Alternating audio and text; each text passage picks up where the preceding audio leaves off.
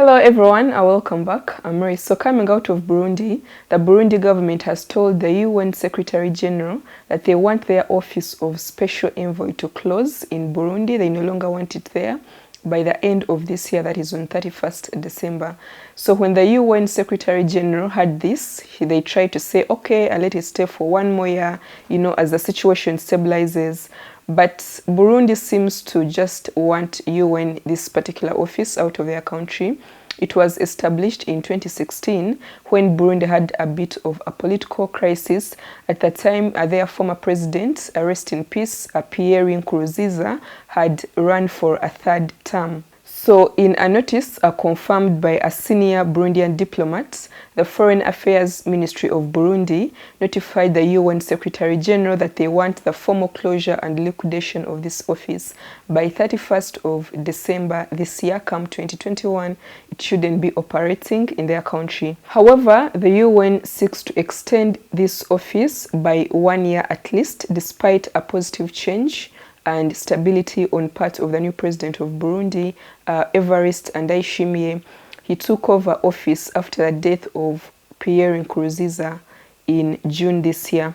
But the Foreign Ministry of Burundi replied to the UN and said a political presence of this special envoy office in Burundi is no longer pertinent, given that the situation is calm and stable, and their recent election, where they elected a new president, was a great transition to power, so they don't feel any need to have the UN in their country. Quote, our decision is sovereign and irreversible. We no longer need an office that fosters the idea of a crisis that exists only in the minds of certain foreign powers. That's what their foreign ministry said.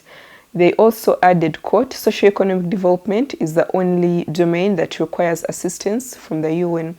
So they don't want UN in their political matters. This is not the first time that Burundi is chasing the UN out of their country. Last year in October, they chased the United Nations Human Rights Office from their country, and it had been there for the 23 years since 1995.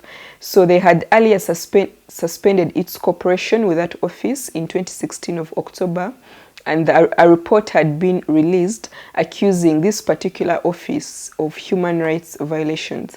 So the office is meant to protect human rights, but a report had been released accusing it instead of human rights violations.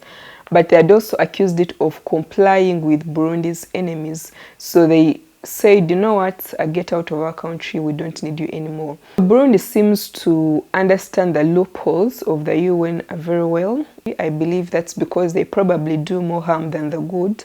And we've seen some documentaries before, maybe you've seen it or not, where UN, especially UN officials, have gone into these vulnerable countries and abused human rights, abused kids or women, in very many different ways. So UN maybe tries to do well, but at the same time, I believe it has loopholes as an organization. So share your thoughts in the comment section and let us know what you think about Burundi chasing UN out of their country and telling them close by 31st of December, we don't need you here anymore. Check out my YouTube channel at Rae Kembabazi, my Twitter and Instagram also at Rae Kembabazi, and see you on the next story.